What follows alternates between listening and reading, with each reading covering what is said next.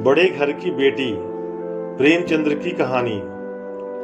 मुंशी प्रेमचंद्र की बड़े घर की बेटी नामक यह कहानी एक टूटते हुए संयुक्त परिवार को बचाने की मार्मिक प्रस्तुति है। कहानी में बड़े घर की एक महिला अपनी सहनशीलता एवं बुद्धिमत्ता से दो अलग होते भाइयों को एकजुट कर देती है। कहानी शुरू करने से पहले आपसे अनुरोध है कि वीडियो को लाइक और सब्सक्राइब करें। आपका लाइक वीडियो को दूसरों तक पहुंचने में मदद करेगा। कहानी 4 भागों में विभक्त है, जिसके 4 मुख्य पात्र हैं। पहला बेनी माधव सिंह, जमींदार एवं 2 बेटों के पिता हैं। दूसरा श्रीकंठ सिंह, बेनी माधव के बड़े पुत्र। तीसरा लाल बिहारी, बेनी माधव सिंह के छोटे पुत्र। और चौथा आनंदी, श्रीकंठ सिंह की पत्नी। कहानी इस प्रकार है। बेनी माधव सिंह गौरीपुर गांव के जमींदार एवं नंबरदार थे। उनके पितामह किसी समय बड़े धन धान्य संपन्न थे। गांव का पक्का तालाब और मंदिर, जिसकी अब मरम्मत भी मुश्किल थी, उन्हीं के कीर्ति स्तंभ थे। कहते हैं इस दरवाजे पर कभी हाथी झूमता था। अब उसकी जगह एक बूढ़ी भैंस थी, जिसके शरीर में अस्थि पंजर के सिवा और कुछ शेष न रहा था, पर दूध शायद बहुत देती थी, क्योंकि एक न एक आदमी हाड़ी लेकर सिर पर सवार रहता था। बेनी माधव सिंह अपनी आधी से अधिक संपत्ति वकीलों को भेंट कर चुके थे। उनकी वर्तमान आय 1000 रुपये वार्षिक से अधिक न थी। ठाकुर साहब के 2 बेटे थे। बड़े का नाम श्रीकंठ सिंह था। उसने बहुत दिनों के परिश्रम एवं उद्यम के बाद बीए की डिग्री प्राप्त की थी। अब एक दफ्तर में नौकर था। छोटा लड़का लाल बिहारी सिंह दोहरे बदन का सजीला जवान था। भरा हुआ मुखड़ा, चौड़ी छाती, भैंस का 2 सेर ताजा दूध वह उठकर सवेरे सवेरे पी जाता था। श्रीकंठ सिंह की दशा बिल्कुल विपरीत थी। इन नेत्रप्रिय गुणों का उन्होंने BA इन्हीं 2 अक्षरों पर न्यौछावर कर दिया था। इन 2 अक्षरों ने उनके शरीर को निर्बल और चेहरे को कांतिहीन बना दिया था। इसी से वैदिक ग्रंथों पर उनका विशेष प्रेम था। आयुर्वेदिक औषधियों पर उनका अधिक विश्वास था। शाम सवेरे उनके कमरे से प्रायः खरल की सुरीली कर्ण मधुर ध्वनि सुनाई दिया करती थी। लाहौर और कलकत्ते के वैद्यों से बड़ी लिखा पढ़ी रहती थी। श्रीकंठ इस अंग्रेजी डिग्री के अधिपति होने पर भी अंग्रेजी सामाजिक प्रथाओं के विशेष प्रेमी न थे, बल्कि वह बहुधा बड़े जोर से इसकी निंदा और तिरस्कार किया करते थे। इसी से गांव में उनका बड़ा सम्मान था। दशहरे के दिनों में वह बड़े उत्साह से रामलीला कराते और स्वयं किसी न किसी पात्र का पाठ लेते थे। गौरीपुर में रामलीला के वही जन्मदाता थे। प्राचीन हिंदू सभ्यता का गुणगान उनकी धार्मिकता का प्रधान अंग था। सम्मिलित कुटुंब के तो वे एकमात्र उपासक थे। आजकल स्त्रियों को कुटुंब से मिलजुल कर रहने की जो अरुचि होती है, उसे वह जाति और देश दोनों के लिए हानिकारक समझते थे। यही कारण था कि गांव की ललनाएं उनकी निंदक थी। कोई तो उन्हें अपना शत्रु समझने में भी संकोच न करती थी। स्वयं उनकी पत्नी को ही इस विषय में उनसे विरोध था। यह इसलिए नहीं कि उसे अपने सास ससुर, देवर या जेठ आदि से घृणा थी, बल्कि उसका विचार था कि यदि बहुत कुछ सहने पर भी परिवार के साथ निर्वाह न हो सके तो आए दिन की कलह से जीवन को नष्ट करने की अपेक्षा यही उत्तम है कि अपनी खिचड़ी अलग पकाई जाए। आनंदी बड़े उच्च कुल की लड़की थी। उनके बाप एक छोटी सी रियासत के ताल्लुकदार थे। विशाल भवन, एक हाथी, 3 कुत्ते, बाज, बहरी शिकरे, झाड़ फानुस, ऑनररी मजिस्ट्रेट और ऋण जो एक प्रतिष्ठित ताल्लुकदार के भोग्य पदार्थ थे, सभी यहाँ विद्यमान थे। नाम था भूप सिंह। बड़े उदार चित्त और प्रतिभाशाली पुरुष थे, पर दुर्भाग्य से लड़का एक भी न था। 7 लड़कियां हुई और दैव योग से सब की सब जीवित रहीं। पहली उमंग में तो उन्होंने 3 ब्याह दिल खोल कर किए, पर 15-20 हजार रुपयों का कर्ज सिर पर हो गया तो आंखें खुली, हाथ समेट लिया। आनंदी चौथी लड़की थी। वह अपने सब बहनों में सबसे अधिक रूपवती और गुणवती थी। ठाकुर भूप सिंह उसे बहुत प्यार करते थे। सुंदर संतान को कदाचित उनके माता पिता भी अधिक चाहते हैं। ठाकुर साहब बड़े धर्म संकट में थे कि उसका विवाह कहाँ करें। न तो यही चाहते थे कि ऋण का बोझ बढ़े और न यही स्वीकार था कि उसे अपने को भाग्यहीन समझना पड़े। एक दिन श्रीकंठ उनके पास किसी चंदे का रुपया मांगने आए। शायद नागरी प्रचार का चंदा था। भूप सिंह उनके स्वभाव पर रीझ गए और धूमधाम से श्रीकंठ सिंह का आनंदी के साथ ब्याह हो गया। आनंदी अपने नए घर में आई तो यहाँ का रंग ढंग कुछ और ही देखा। जिस टीम टाम की उसे बचपन से ही आदत पड़ी हुई थी, वह यहाँ नाम मात्र को भी न थी। हाथी घोड़ों को तो कहना ही क्या, कोई सजी हुई सुंदर बहली तक न थी। रेशमी स्लीपर साथ लाई थी, पर यहाँ बाग कहाँ। मकान में खिड़कियां तक न थी, न जमीन पर फर्श, न दीवार पर तस्वीरें। यह एक सीधा सादा देहाती गृहस्थी का मकान था, किंतु आनंदी ने थोड़े ही दिनों में अपने को इस नई अवस्था के ऐसा अनुकूल बना लिया मानो उसने विलास के सामान कभी देखे ही न थे। भाग 2। एक दिन दोपहर के समय लाल बिहारी सिंह 2 चिड़ियां लिए हुए आया और भावत से बोला, जल्दी से पका दो, मुझे भूख लगी है। आनंदी भोजन बनाकर उसकी राह देख रही थी। अब वह नया व्यंजन बनाने बैठी। हाड़ी में देखा तो घी पांव भर से अधिक न था। बड़े घर की बेटी किफायत क्या जाने, उसने सब घी मांस में डाल दिया। लाल बिहारी खाने बैठा तो दाल में घी न था। बोला, दाल में घी क्यों नहीं छोड़ा? आनंदी ने कहा, घी सब मांस में पड़ गया। लाल बिहारी जोर से बोला, अभी परसों घी आया है, इतनी जल्दी उठ गया? आनंदी ने उत्तर दिया, आज तो कुल पाव भर रहा होगा। वह सब मैंने घी में डाल दिया।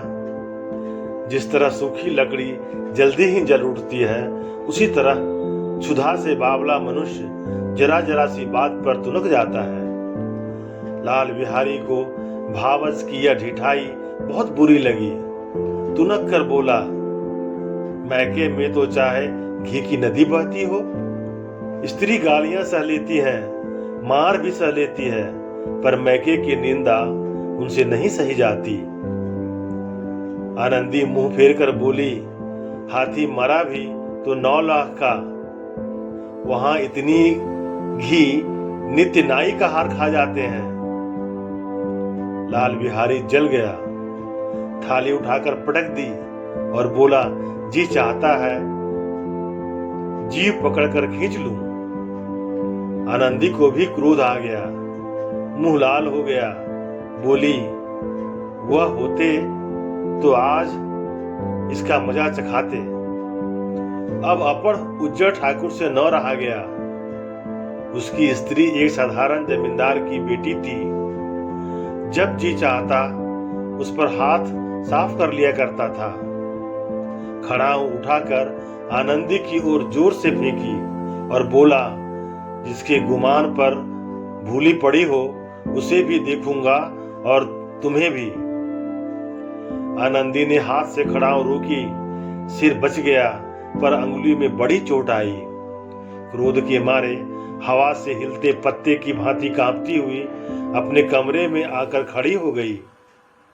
स्त्री का बल और साहस, मान और मर्यादा पति तक है। उसे अपने पति के ही बल और पुरुषत्व पर घमंड होता है। आनंदी खून का घूंट पीकर रह गई। भाग 3। श्रीकंठ सिंह शनिवार को घर आया करते थे। बृहस्पति को यह घटना हुई थी। 2 दिन तक आनंदी गोप भवन में रही, न कुछ खाया न पिया, उनकी बाट देखती रही। अंत में शनिवार को वह नियमानुकूल संध्या समय घर आए और बाहर बैठकर कुछ इधर उधर की बातें, कुछ देश काल संबंधी समाचार तथा कुछ नए मुकदमों आदि की चर्चा करने लगे। यह वार्तालाप 10 बजे तक होता रहा। गांव के भद्र पुरुषों को इन बातों में ऐसा आनंद मिलता था कि खाने पीने की भी सुध न रहती थी। श्रीकंठ को पिंड छुड़ाना मुश्किल हो जाता था। ये 2-3 घंटे आनंदी ने बड़े कष्ट से काटे। किसी तरह भोजन का समय आया, पंचायत उठी, एकांत हुआ तो लाल बिहारी ने कहा, भैया आप जरा भाभी को समझा दीजिएगा कि मुंह संभाल कर बातचीत किया करे, नहीं तो एक दिन अनर्थ हो जाएगा। बेनी माधव सिंह ने बेटी की ओर से साक्षी दी। हाँ, बहु बेटियों का यह स्वभाव अच्छा नहीं कि वह मर्दों के मुंह लगे। लाल बिहारी बोले, वह बड़े घर की बेटी है तो हम भी कोई कुर्मी कहार नहीं है। श्रीकंठ ने चिंतित स्वर में पूछा, आखिर बात क्या हुई? लाल बिहारी ने कहा, कुछ भी नहीं, यूं ही आप उलझ गई। मैके के सामने हम लोगों को कुछ समझती ही नहीं। श्रीकंठ खा पीकर आनंदी के पास गए। वह भरी बैठी थी। यह हजरत भी कुछ तीखे थे। आनंदी ने पूछा, चित्त तो प्रसन्न है? श्रीकंठ बोले, बहुत प्रसन्न है, पर तुमने आजकल घर में यह क्या उपद्रव मचा रखा है? आनंदी की त्योरियां पर बल पड़ गए। झुंझलाहट के मारे बदन में ज्वाला सी दहक उठी। बोली, जिसने तुमसे यह आग लगाई है उसे पाऊं तो मुंह झुलस दूं। श्रीकंठ इतने गर्म क्यों होती हो? बात तो कहो। आनंदी, क्या कहूं? यह मेरे भाग्य का फेर है। नहीं तो गंवार छोकरा जिसको चपरासीगिरी करने का भी शऊर नहीं, मुझे खड़ाओं से मारकर यूं न करता। श्रीकंठ, सब हाल साफ साफ कहो तो मालूम हो, मुझे तो कुछ पता नहीं। आनंदी, परसों तुम्हारे लाडले भाई ने मुझसे मांस पकाने को कहा। घी हाड़ी में पाव भर से अधिक न था। वह सब मैंने मांस में डाल दिया। जब खाने बैठा तो कहने लगा, दाल में घी क्यों नहीं है? बस इसी बात पर मेरे मैके को बुरा भला कहने लगा। मुझसे न रहा गया। मैंने कहा कि वहां इतना घी तो नाई कहार खा जाते हैं और किसी को जान भी नहीं पड़ता। बस इतनी सी बात पर इस अन्यायी ने मुझ पर खड़ाऊ फेंक मारी। यदि हाथ से न रोक लूं तो सर फट जाता। उसी से पूछो मैंने जो कुछ कहा है वह सच है या झूठ। श्रीकंठ की आंखें लाल हो गई। बोले, यहां तक हो गया इस छोकरे का यह साहस। आनंदी स्त्रियों के स्वभाव अनुसार रोने लगी, क्योंकि आंसू उनके पलकों पर रहते हैं। श्रीकंठ बड़े धैर्यवान एवं शांत पुरुष थे। उन्हें कदाचित ही कभी क्रोध आता था।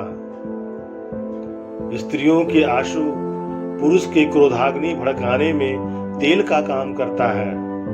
रात भर करवटें बदलते रहे। उद्विग्नता के कारण पलक तक नहीं झपकी। प्रातःकाल अपने बाप के पास जाकर बोले, दादा, अब इस घर में मेरा निर्वाह न होगा। इस तरह की विद्रोहपूर्ण बातें कहने पर श्रीकंठ ने कितनी ही बार अपने कई मित्रों को आड़े हाथों लिया था, परंतु दुर्भाग्य आज उन्हें स्वयं वे ही बातें अपने मुंह से कहनी पड़ी। दूसरों को उपदेश देना भी कितना सहज है। बेनी माधव सिंह घबरा उठे और बोले, क्यों? श्रीकंठ, इसलिए कि मुझे भी अपनी मान प्रतिष्ठा का कुछ विचार है। आपके घर में अब अन्याय और हठ का प्रकोप हो रहा है। जिसको बड़ों का आदर सम्मान करना चाहिए वे उनके सिर चढ़ते हैं। मैं दूसरे का नौकर ठहरा, घर पर रहता नहीं। यहाँ मेरे पीछे स्त्रियों पर खड़ाऊ और जूतों की बौछारें होती है। कड़ी बात तक चिंता नहीं, कोई एक दो कह ले वहां तक मैं सह सकता हूं, किंतु यह कदापि नहीं हो सकता कि मेरे ऊपर लात घूंसे पड़े और मैं दम न मारूं। बेनी माधव सिंह कुछ जवाब न दे सके। श्रीकंठ सदैव उनका आदर करते थे। उनके ऐसे तेवर देखकर बूढ़ा ठाकुर अवाक रह गया। केवल इतना ही बोला, बेटा, तुम बुद्धिमान होकर ऐसी बातें करते हो। स्त्रियां इस तरह घर का नाश कर देती है। उनको बहुत सिर चढ़ाना अच्छा नहीं। श्रीकंठ, इतना मैं जानता हूं, आपके आशीर्वाद से ऐसा मूर्ख नहीं हूं।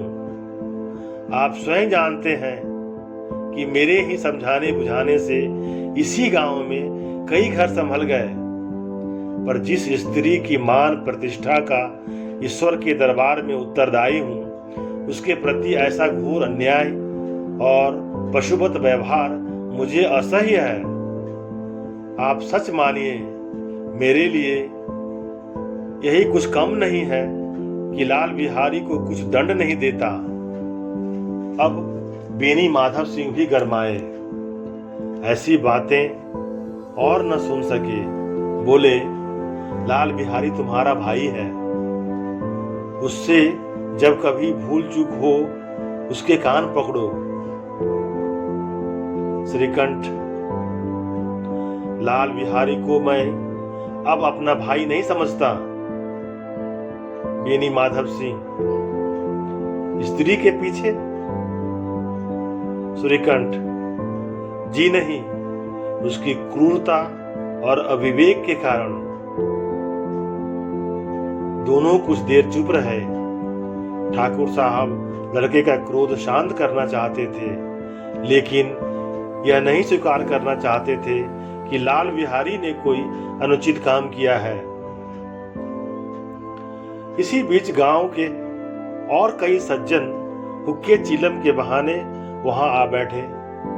कई स्त्रियों ने जब यह सुना कि श्रीकंठ पत्नी के पीछे पिता से लड़ने को तैयार है तो उन्हें बड़ा हर्ष हुआ।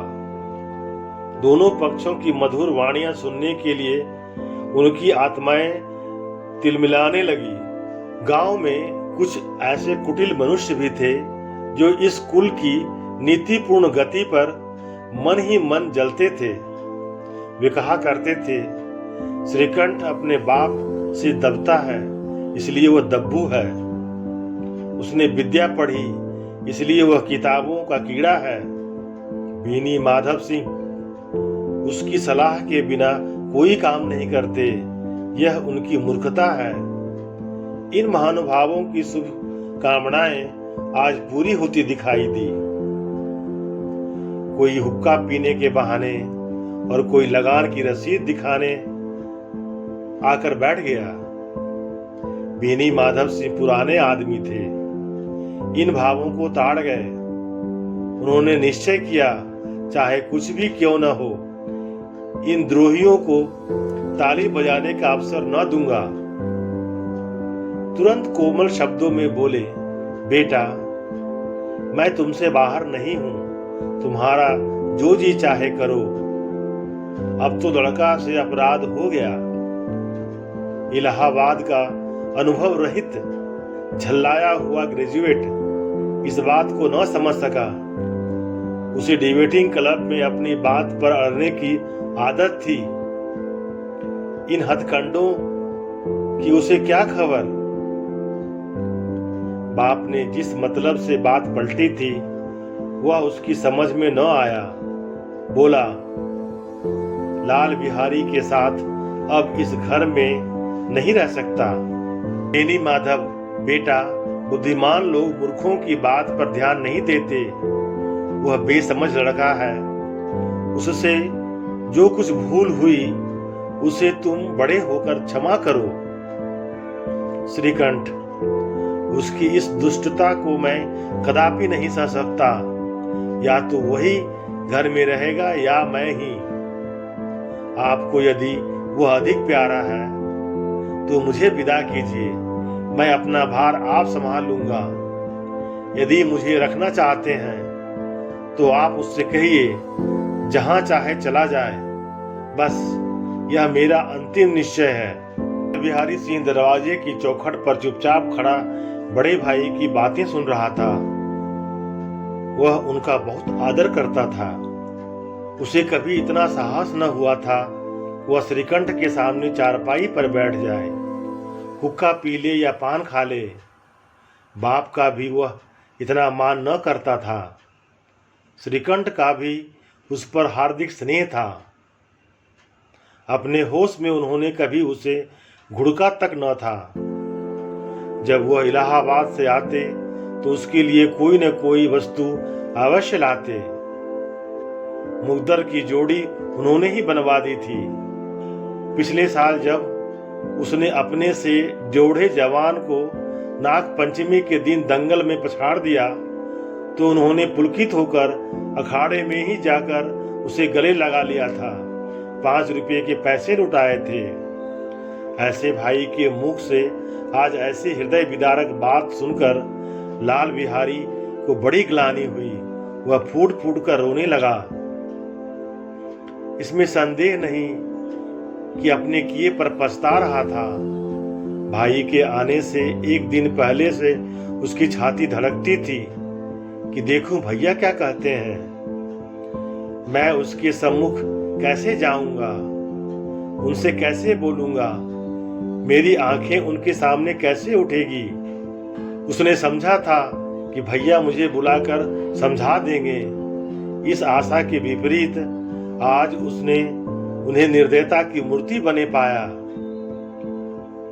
वह मूर्ख था, परंतु उसका मन कहता था कि भैया मेरे साथ अन्याय कर रहे हैं। यदि श्रीकंठ उसे अकेले में बुलाकर 2-4 बातें कह देते, इतना ही नहीं 2-4 तमाचे भी लगा देते, तो कदाचित उसे इतना दुख न होता। पर भाई का यह कहना कि अब मैं उसकी सूरत नहीं देखना चाहता, लाल बिहारी से सहा न गया। वह रोता हुआ आया।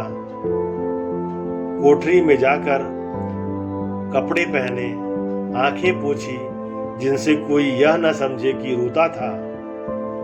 वह आनंदी के द्वार पर आकर बोला, भाभी, भैया ने निश्चय किया है कि वह मेरे साथ इस घर में न रहेंगे। अब वह मेरा मुंह नहीं देखना चाहते, इसलिए अब मैं जाता हूं। उन्हें फिर मुंह न दिखाऊंगा। मुझसे जो कुछ अपराध हुआ उसे क्षमा करना। यह कहते कहते लाल बिहारी का गला भर आया। भाग 4।